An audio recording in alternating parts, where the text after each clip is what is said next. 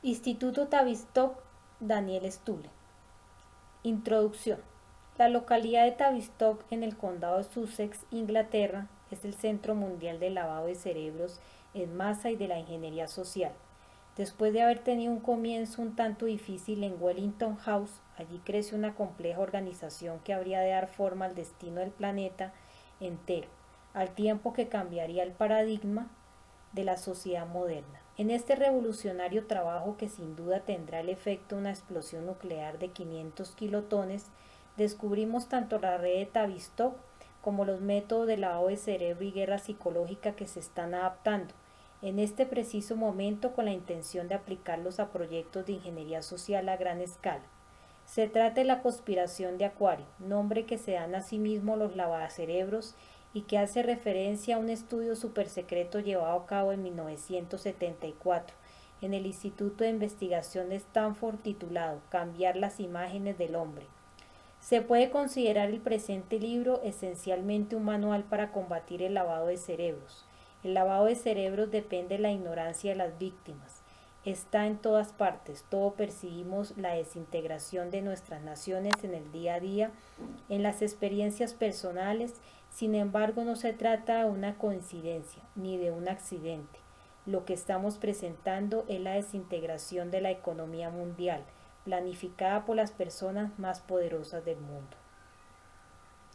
En este libro, que habla del Instituto Tavistock, se intenta demostrar que dicha conspiración es real, revelar quién forma parte de ella, cuáles son sus objetivos a largo plazo y cómo podemos evitar que nos manden a todos al infierno. Aparte de sentir indignación y rabia, usted, lector, llegará a la conclusión de que se trata del declive moral, material, cultural e intelectual que todos los días presenciamos en el mundo entero, sumidos en la impotencia no accidental. No es Dios quien nos castiga por lo que hacemos mal en la tierra, sino una crisis social inducida expresamente. Repito que esto no es una prueba, esto es real, y lo que está en juego es el futuro de nuestro planeta. Toda clase de degeneración musical es un producto fabricado por orden de un laboratorio. Todo ecologista quien no hayan lavado el cerebro ha logrado huir de un laboratorio de ingeniería social. Todo drogadicto es un producto secundario de una política gubernamental del futuro, cuyo objetivo final es la destrucción del espíritu humano y la degradación del hombre. Todos los defensores a ultranza del yoga, de la meditación trascendental, de la telequinesia, del radicalismo izquierda y de derecha, de la educación de la sensibilidad Bahá'í y de la percepción extrasensorial, de la conciencia cósmica, de la aberración que supone la nueva era o New Age de los chemtrails, todos los seguidores de las experiencias cósmicas y quienes creen en la concienciación forman parte de una conspiración única, centralizada y coherente, surgida de algún proyecto patrocinado por un gobierno y financiado por una fundación. Bienvenidos, pónganse incómodos. Todos los pirados del mundo juntos en el aquelarre más impresionante que se ha visto jamás. En el mundo del humo y de los espejos no hay casualidades, coincidencias ni accidentes. Esto lo demostramos más allá de toda duda razonable, tal como haríamos si estuviéramos dirimiendo este caso ante un tribunal de justicia. Para nuestro objetivo tan solo servirá el más elevado estándar de excelencia y de verificación. Es mucho lo que hay en juego y tenemos demasiadas posibilidades en contra. Lo que está en la balanza es el futuro del planeta, la inmortalidad de la raza humana y la supervivencia de nuestra especie. Lograremos imponernos, lograremos el éxito, cueste lo que cueste. No hay segundas oportunidades, terceras opciones ni cuartas vías. Esto es así, y con el presente trabajo que resistirá el paso del tiempo, he trazado una raya en la arena. No pasarán, no nos rendiremos.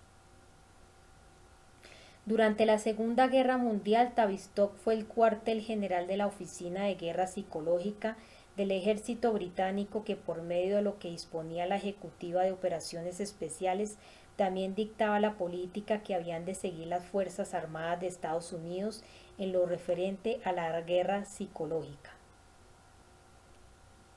Mire a su alrededor a consecuencia de un ataque frontal a nuestro futuro perpetrado por los más destacados sociólogos e ingenieros conductuales de todo el mundo, se rompieron las anclas que sujetaban la intención moral de las naciones. Nosotros, el pueblo, hemos sucumbido a una irracional indiferencia hacia lo moral.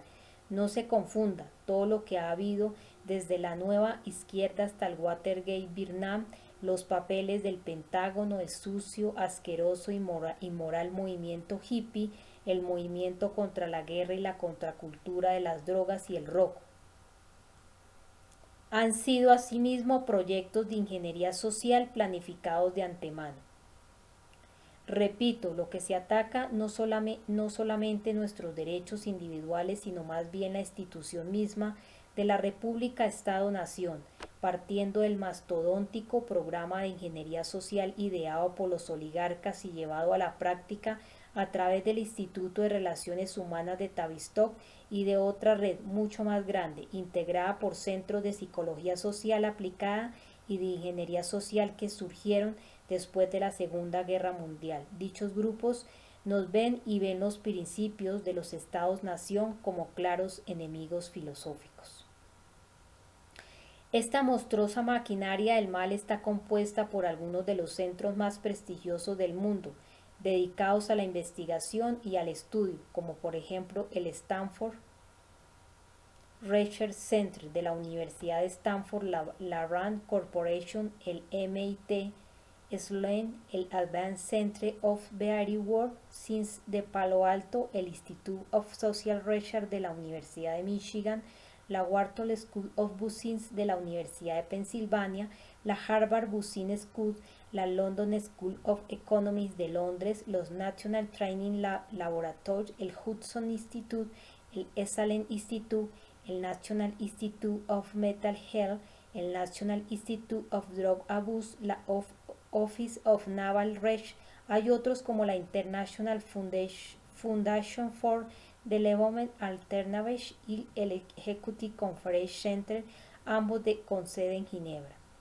La primera escuela para graduados a jornada completa de la era de Acuario para ejecutivos de alto nivel de las 500 empresas que figuran en la revista Fortune, donde se enseña cómo modificar la conducta, zombies humanos en puestos de alta dirección que nos conducirán a la nueva edad media de la conciencia trascendental. Dos son los objetivos. El primero, alcanzar los cambios necesarios en Estados Unidos y el segundo, el orden mundial. En los últimos 50 años, el gobierno de Estados Unidos, con la ayuda secreta de centros de estudios y fundaciones que siguen a la pauta de Tavistock, ha destinado decenas de miles de millones de dólares a financiar la labor de dichos grupos. Todos los aspectos de la vida psicológica y mental de la población mundial fueron definidos, registrados y archivados en sistemas informáticos. Los grupos de sociólogos, psicólogos, psiquiatras, antropólogos, centros de estudios y fundaciones que trabajan en estrecha colaboración unos con otros estarán presididos por una élite integrada por poderosos miembros de la oligarquía, compuesta principalmente por la antigua nobleza negra de Venecia. El lector podría preguntar, ¿cuál es el propósito de esas modificaciones de la conducta?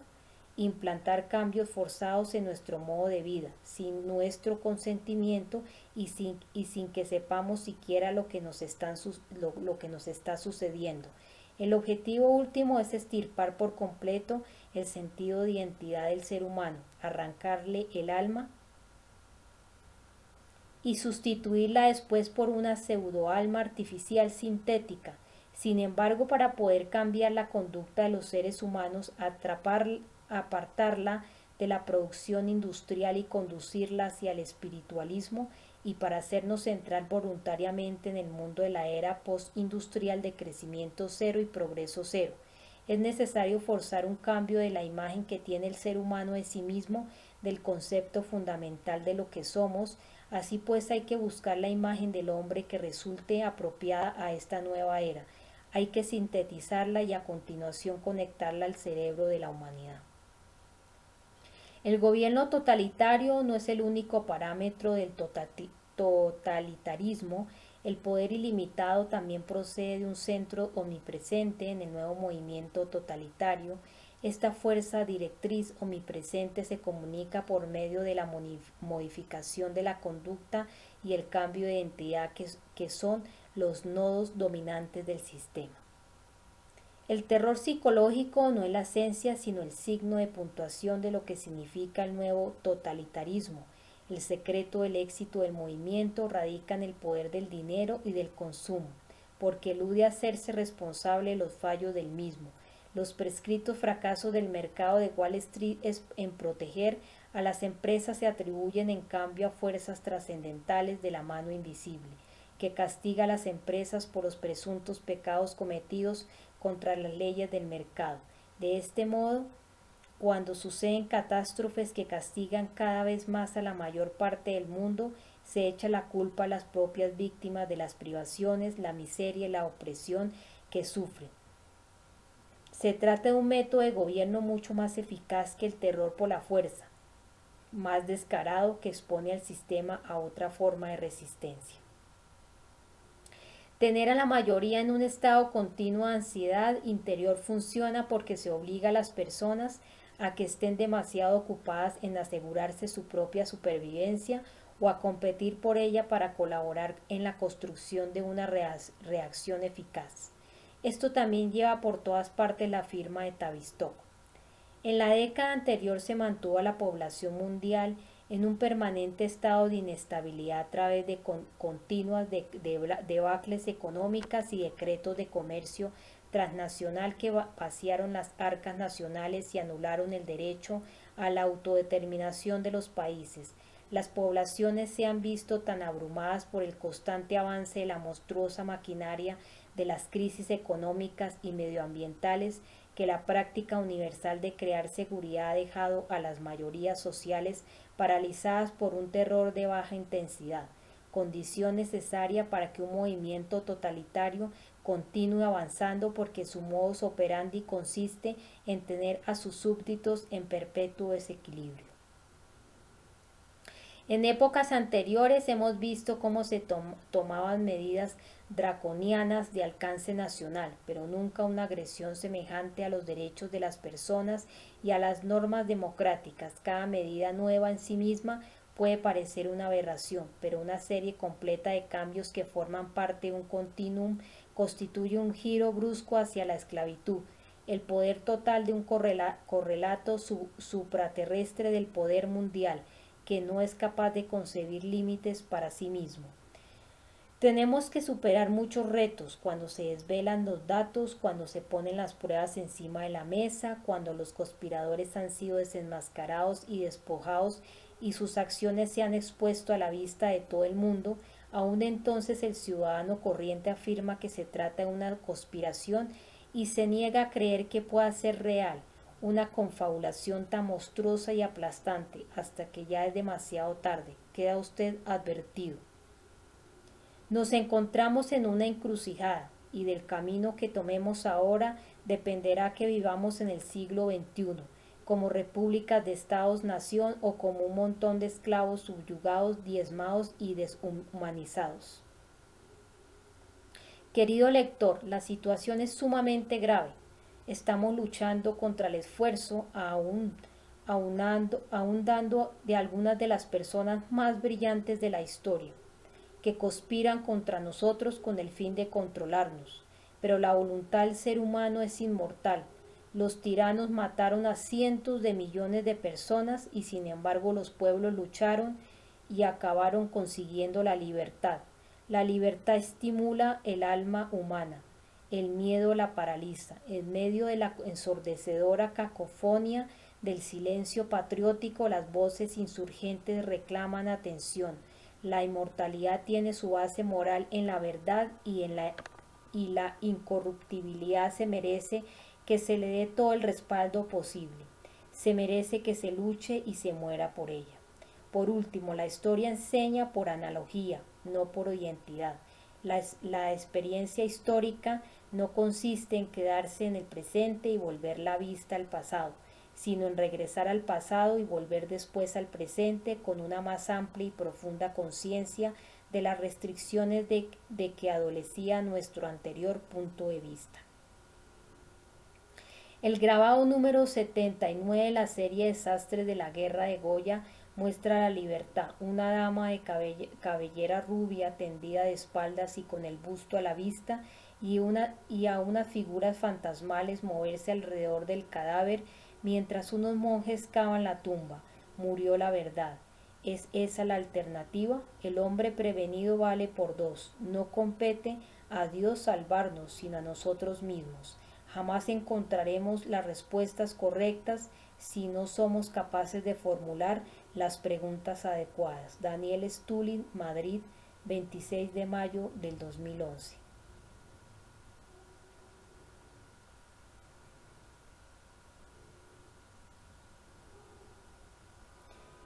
Capítulo 1. La contrainsurgencia. Las técnicas de manipulación psicológica de la sociedad son casi tan antiguas como la humanidad misma. Los señores feudales, con el fin de preservar y consolidar su poder, siempre se valieron de los castigos y la tortura como agentes disuasorios del cambio. Incluso hace 1000 años, lo que ayudó a las clases dirigentes no fueron las técnicas perse, sino una deliberada aplicación de las mismas a modo de herramientas de la máxima divide y vencerás. Por muy inhumana que pueda parecer una técnica en particular o una medida terapéutica, no es una acción encaminada a erradicar cualquier insurgencia en sí misma. La contrainsurgencia no puede desarrollarse apoyándose solo en el terror, requiere una aplicación consciente y sistemática por parte de la clase dirigente o de sus víctimas. Esto es exactamente lo que se consiguió con la transformación de la psicología y psiquiatría en los años 30. La primera aplicación masiva de la psicología como arma consciente tuvo lugar en Alemania nazi, concretamente en la eugenesia que se basó en las retrógradas fantasías arias y se impuso a una parte de la población, si bien la causa y el desarrollo de la carnicería nazi tuvieron su origen en el desmoronamiento de la economía mundial. Su forma concreta, la eugenesia, fue ideada por los teóricos y los técnicos preferidos de los nazis, los psiquiatras. Desde entonces la ciencia de la mente se ha transformado en el arte de destruirla. Los enfoques legítimos terapéuticos han cedido al paso a una pseudociencia sobre la modificación de la conducta denominada terapia de aversión. Esta transformación de la ciencia de la mente fue modelada por la guerra del genocidio mental que libró la burguesía contra la clase trabajadora. La premisa esencial de la labor de Tavistock es que determinados tipos de instituciones democráticas representan un instrumento mucho más eficiente para la dictadura fascista que los modelos tradicionales, los claramente autoritarios, desde el gran fraude del petróleo y el lavado de cerebros al estilo de la CIA.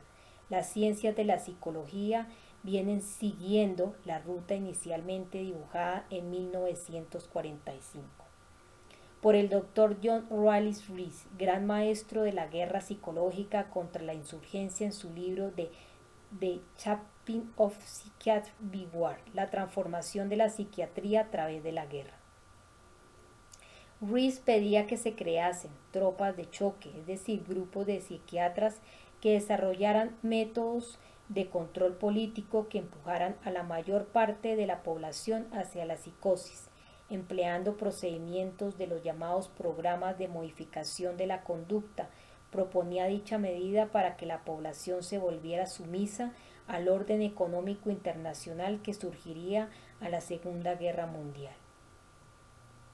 En 1945, Rees dijo a un grupo de psiquiatras del ejército de Estados Unidos: si nos proponemos actuar a las claras y atacar los problemas sociales y nacionales de hoy, hemos de contar con tropas de choque, es decir, con psiquiatras que la psiquiatría basada únicamente en las instituciones no puede proporcionar. Debemos tener equipos de psiquiatras que puedan moverse y establecer contactos en determinadas áreas y en su zona particular. La lógica de Rees es clara. Para lograr una verdadera salud mental Se requiere una transformación completa de la sociedad de acuerdo con lo que le propugna, la selección racional, pero tal como se lamenta en su libro, muchos no lo ven, del mismo modo entre ellos la mayoría de los obreros que tienen el convencimiento de que todo método de selección es un mecanismo por el cual el malvado capitalismo pretende hacer más rentable el trabajo de sus empleados, y ese es un argumento muy difícil de rebatir. Desde el punto de vista de Rees, esos opositores, junto con todo aquel que participe en huelgas o en actividades subversivas, son neuróticos que necesitan tratamiento urgente, pero que por desgracia son incapaces de ver que están enfermos. En ese mundo de neuróticos sin conciencia de serlo, la psiquiatría, el otro árbitro de la cordura, solo puede ser ejercida por un consejo de sabios de cada país, grupos de psiquiatras relacionados entre sí, preparados para hacer uso de todas sus armas e influencia para entrar en el terreno de la política y del gobierno.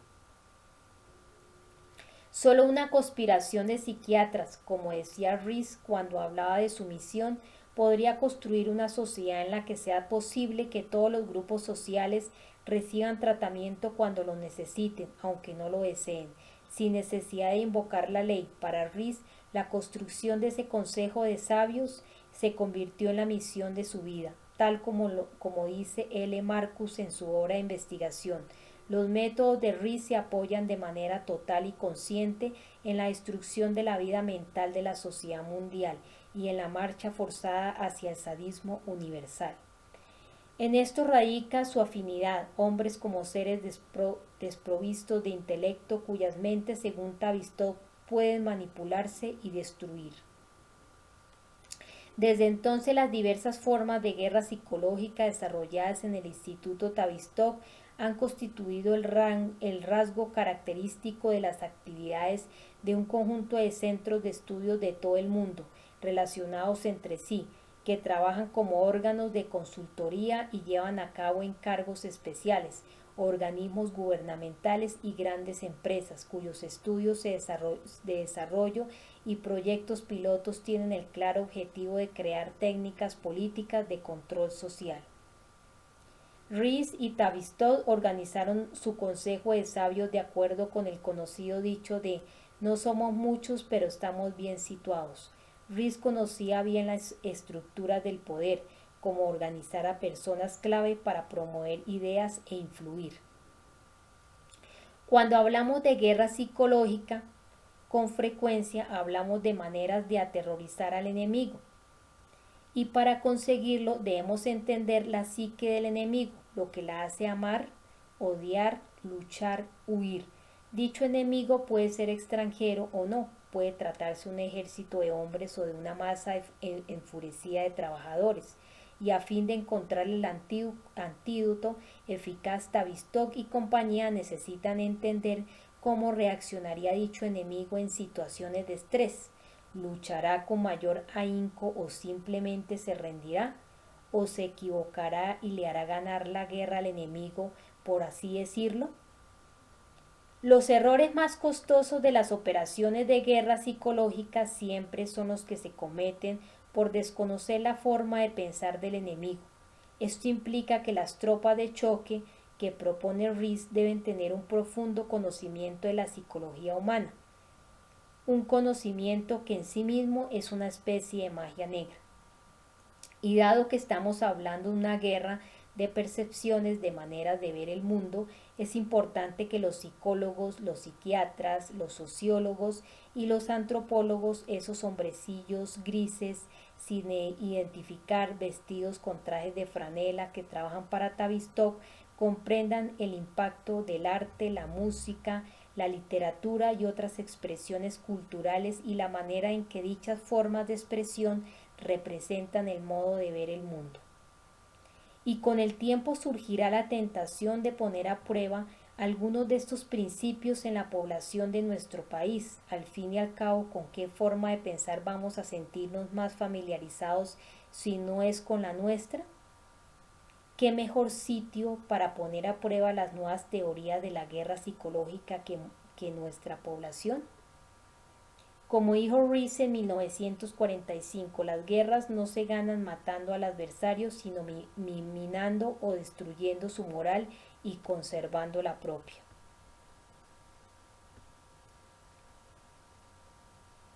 Una de las personas claves que practicaron las técnicas de modificación de la conducta fue Kurt Lewin. Lewin fue el padre de la dinámica de grupos y uno de los primeros expertos que reclutó Rees. Comenzó su trayectoria profesional en la Universidad de Cornell, donde trabajó en una serie de sistemáticos estudios sobre el efecto de la presión social en los hábitos de la alimentación de los niños. Llegó a Estados Unidos en 1933 en calidad de refugiado de la Alemania nazi. Al igual que otros muchos intelectuales alemanes, se vio obligado a abandonar su país no por diferencias políticas, sino como víctima del antisemitismo hitleriano. De hecho, Lewin es famoso por haber perfeccionado la técnica del grupo carente de líder, formulada por los nazis, y por haberla transformado en una sofisticada herramienta de la contrainsurgencia. Una de las facetas menos conocidas del trabajo de Lewin es la relativa a los programas de la guerra psicológica, sobre todo su empeño en mostrar la relación existente entre la guerra psicológica, el establecimiento de objetivos, las operaciones sobre el terreno y el reconocimiento de la situación. Su primer trabajo fue el de utilizar la toma de decisiones en grupo para cambiar las preferencias alimentarias y pasar de la carne al pan integral como sustituto. El siguiente pasaje de su libro Time, Perspective and Moral, la perspectiva temporal y la moral, ilustra de qué manera entendía él la guerra psicológica. Una de las técnicas principales para destruir la moral por medio de una estrategia de terror consiste exactamente en la táctica siguiente: que la persona no sepa con claridad en qué posición se encuentra ni qué puede esperar. Si además se confunde su estructura cognitiva sobre dicha posición mediante decisiones poco claras en cuanto a tomar medidas disciplinarias severas o proporcionar un trato amable, junto con la propagación de noticias contradictorias, es posible que la persona llegue a no saber siquiera si un plan en particular va a acercarla o alejarla de su objetivo. En esas circunstancias, hasta las personas que tienen objetivos claros y están dispuestas a correr riesgos quedarán paralizados por un grave conflicto interno respecto de lo que deben hacer. La propuesta más significativa que hizo Lewin en el periodo de la Segunda Guerra Mundial y durante la etapa que siguió fue concepción del fascismo de rostro democrático. El rasgo psicopatológico que tienen en común todas las reivindicaciones fascistas es el infantilismo, que se define por sus intentos de imponer el principio de la familia autónoma, ampliada, y de ignorar la realidad del mundo exterior. Por ejemplo, nacionalismo, madre patria; racismo, madre; grupo de idioma, lengua materna; grupo de afinidad cultural, tradiciones familiares; comunidad, familia ampliada, vecindario. Lewin fue el primero en darse cuenta, mediante la atenta observación de los sujetos estudiados, de que la imposición de formas de organización en grupos pequeños y reformas estructurales corporativistas características del fascismo podrían inducir a una ideología fascista en una población dada.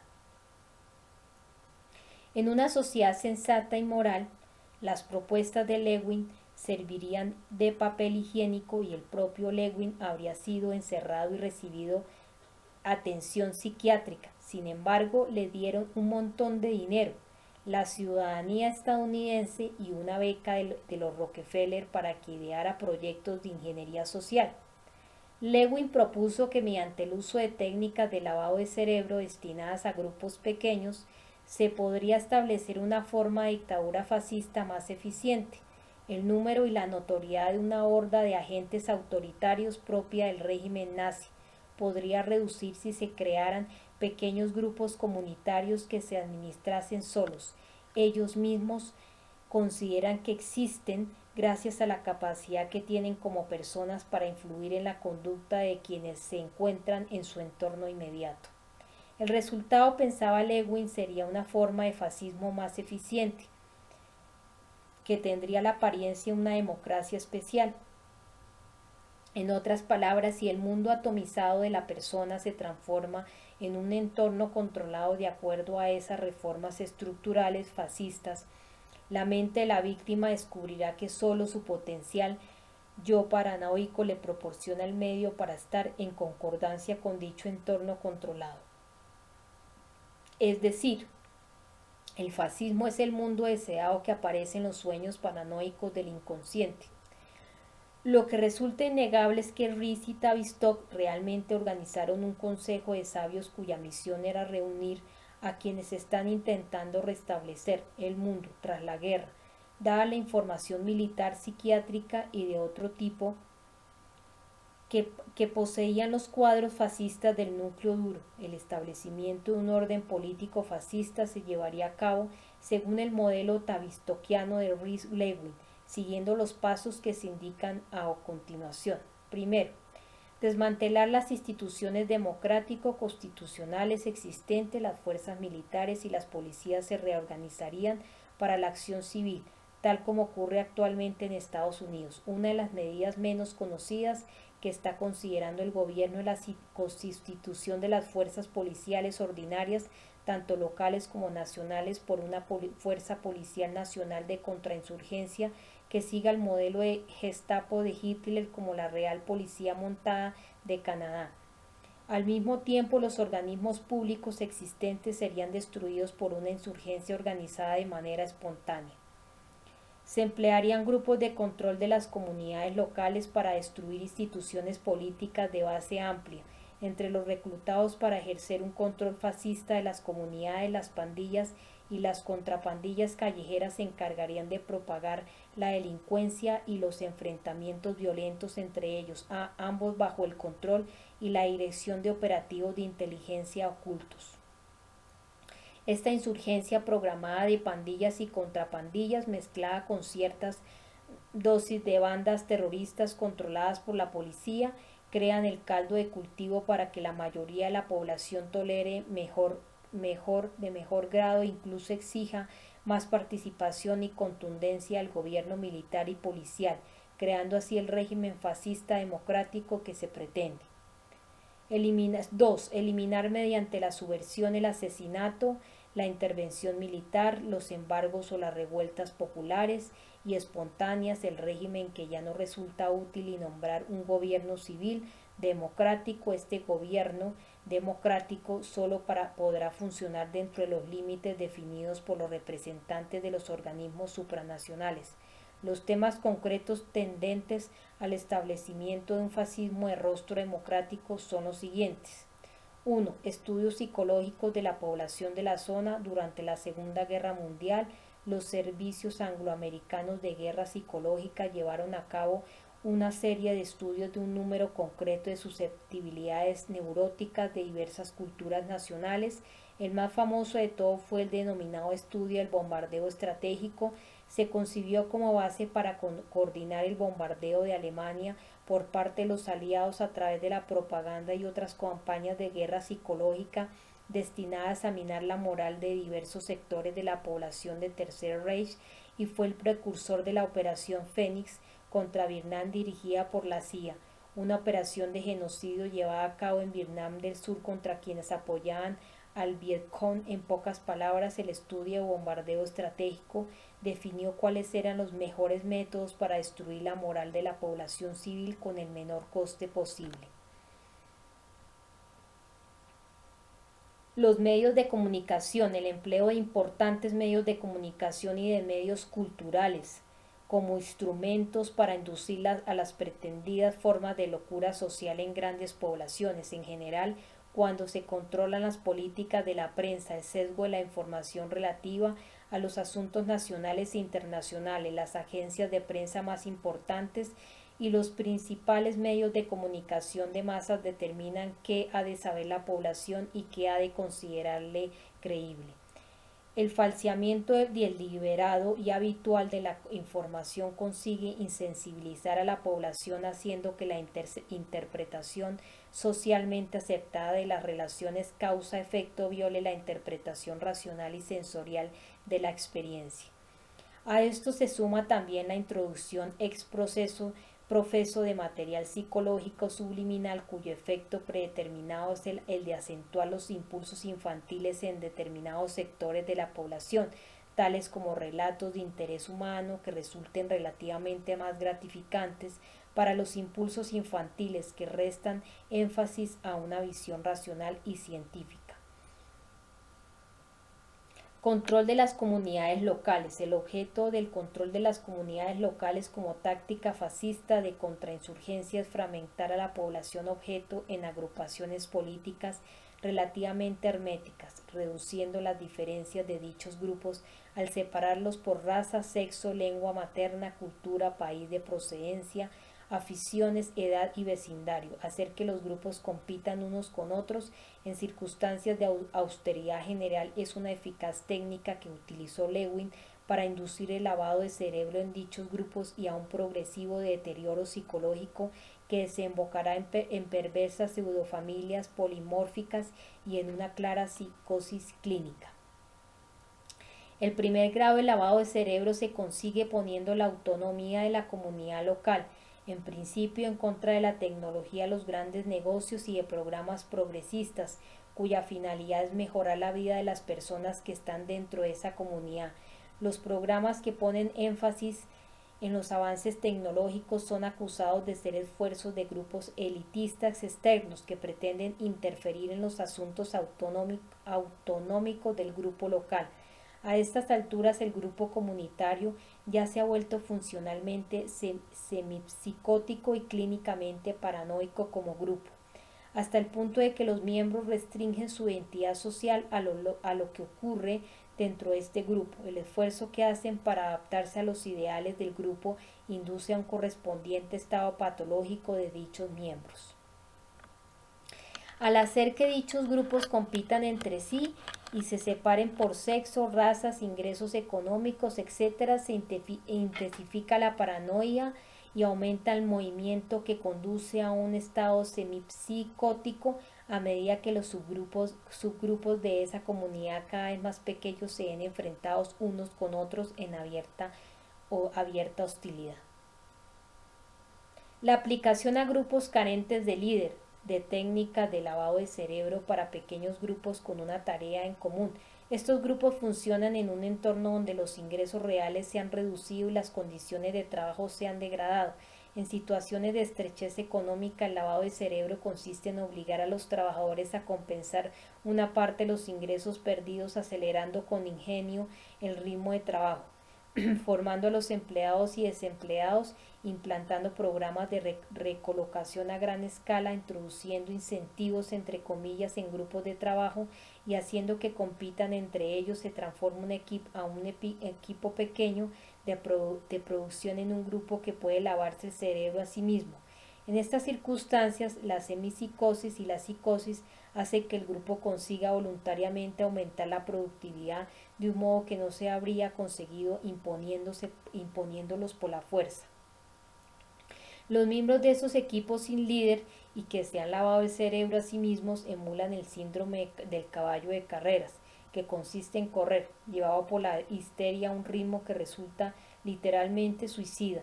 El Instituto Tavistock y la Universidad de Pensilvania son dos de los centros más conocidos donde se desarrollan dichas prácticas experimentales.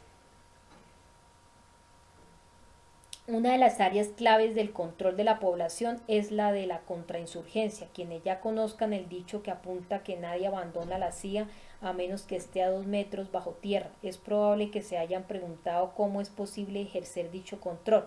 La respuesta es una parte utilizando los insidiosos métodos del Dr. John Rawlings Rees y sus predecesores nazis, así lo explica Peter Kuski.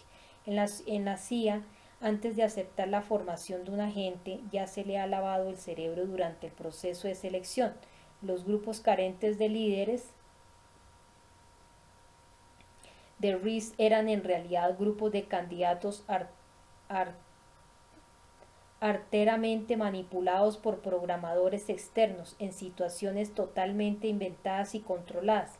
En 1946, Nathan Klein, que en aquel momento servía en la Administración de la Marina de Guerra de Estados Unidos, describió un proceso de selección de los oficiales que había sido diseñada personalmente por Rees para los marines norteamericanos poco después de la guerra. Se seleccionaban 20 candidatos que formaban un grupo y se les decía que su futuro en calidad de escuadrón de los marines dependía de que batieran el récord de todas las demás unidades de marines que habían intentado resolver el problema que se les iba a plantear a continuación. Seguidamente se les decía que imaginasen que estaban en una isla desierta y que tenían frente a sí la balsa salvavidas sin desembalar que había llegado flotando hasta la orilla. Apelando convenientemente a su espíritu de equipo, se les daba la instrucción que se superasen el récord en la operación de montar la balsa y salir de la isla. Los especialistas en la guerra psicológica que estaban de pie a un costado observaban atentamente la manera en que cada miembro del grupo afrontaba el problema. Se lanzaba inmediatamente al método de ensayo y error o se quedaba quieto y estudiaba una solución global, demostraba interés y un entusiasmo ciego o se apartaba de la situación con actitud distante. ¿Qué hombre daba un paso al frente para asumir el liderazgo y conseguía establecer una disciplina de grupo y sacar el espíritu de equipo que llevaban todos dentro? Cuando ya tenían identificado al líder, se empleaba una estratagema, como por ejemplo una supuesta invasión a otro lado de la isla, con el fin de hacerlo abandonar el grupo acompañado de 3 o 4 hombres. De ese modo se creaba una situación nueva para que los expertos en guerra psicológica pudieran observar la aparición de un nuevo líder del equipo. Una de las finalidades de estas técnicas insidiosas y artificiales era la de fomentar el ciego espíritu de equipo y seleccionar a sus líderes más fanáticos y competentes. Otra, junto con el cuestionario de la historia personal y otras pruebas que tuvo que superar el candidato, era tal como lo dice sin embargues el Departamento de Evaluación del Personal, recabar información sobre el perfil psicológico de cada hombre para utilizarlo posteriormente. Aún así seguía siendo necesario destruir toda resistencia del verdadero ego que pudiera todavía mantener el candidato. Esta era la intención que subyacía en las pruebas de estrés de Rees. Una de las dichas pruebas fue utilizada por John Gardner en la Oficina de Servicios Especiales OSS. En esta táctica de lavado de cerebro al candidato se le daban 12 minutos para que construyera una historia creíble que pudiera sostener ante los interrogadores en el caso de que lo sorprendieran robando documentos marcados con la palabra secreto. En algún organismo gubernamental de Washington, al candidato se le decía que se trataba de una prueba decisiva que fomentaba la interiorización de una plausible nueva identidad y se le advertía que las respuestas que dieran los interrogadores no debían comprometer la seguridad organizativa de la Office of Strategic Service OSS, ni desvelar la tapadera tras la que se ocultaba.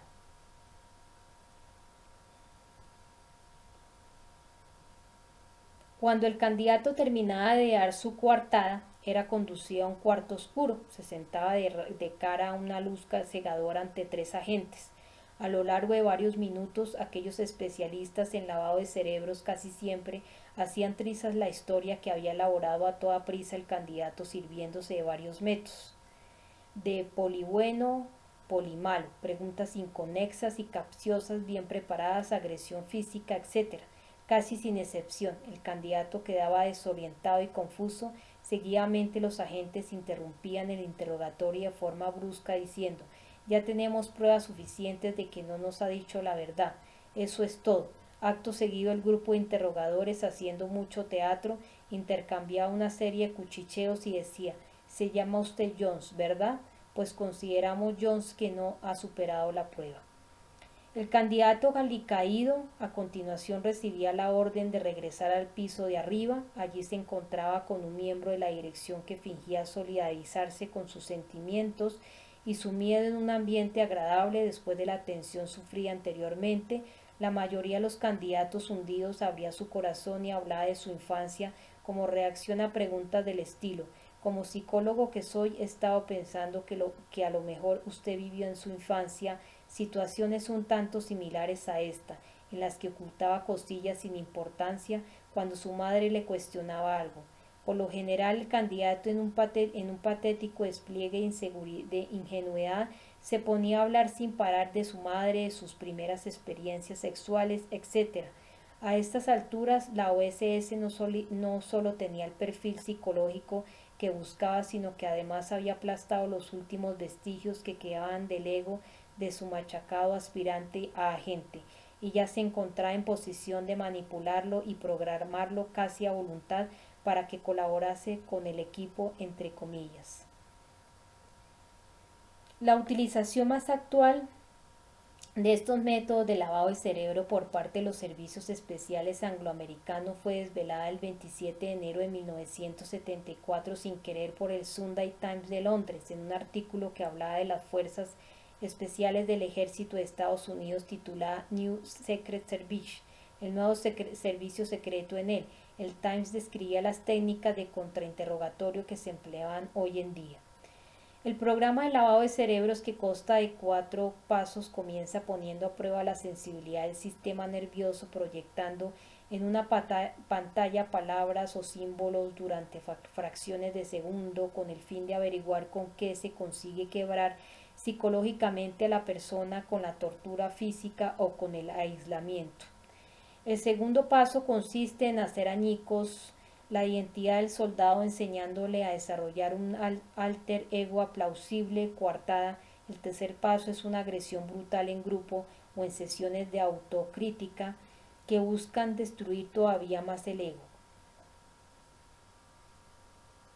supuestamente para simular un interrogatorio llevado a cabo por el enemigo. Y el último paso consiste en preparar al soldado para que venza al detector de mentiras, empleando, entre otras cosas, el método de combinar sacudidas eléctricas con palabras del acervo cotidiano. Esta técnica sin duda le resultó muy valiosa a la CIA cuando preparó a veteranos a los que se había lavado el cerebro para que formaran parte de brigadas especiales. En su página sobre contrainterrogatorios dice: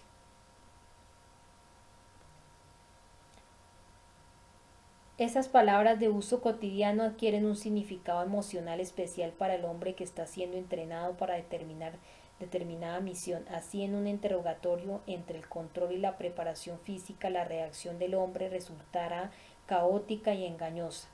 La OSS y la CIA no son las únicas que han hecho uso de las técnicas y los sistemas más modernos y actualizados de contrainterrogatorio y adoctrinamiento de agentes. Poco después, Tavistock desarrolló nuevos métodos cada vez más complejos para controlar la mente. Para lavar el cerebro de sus víctimas, Tavistock empleó diversas formas de coerción, hipnosis y drogas psicológicas para reproducir el mismo formato básico e inducir un fortísimo estrés físico psicológico en la persona, y a continuación aliviarlo. Entre el estrés y el alivio, los sujetos, ya fueran reclutas del ejército, agentes de inteligencia o civiles, terminan profundamente sugestionados.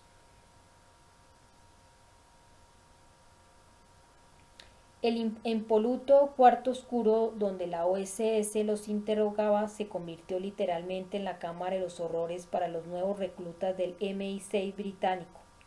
Uno de esos cuartos secretos reservados para los proyectos gubernamentales especiales era el Power en Sullivan, Reino Unido. Corría el año 1979. Los jóvenes reclutas de la inteligencia británica que entraban en aquel edificio no tenían ni idea del infierno que los aguardaba.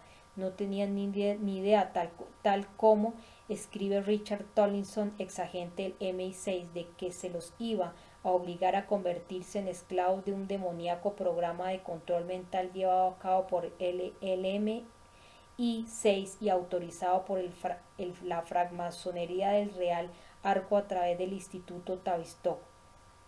En 1979, en Power era Richard Tomlinson, un recluta de 21 años que asistía a su primer curso INCE SET, INSET de la inteligencia británica le enseñaron por primera vez una fotografía del pasaporte de Vladimir Putin que le había proporcionado uno de los contactos de Oleg Gordybevsky.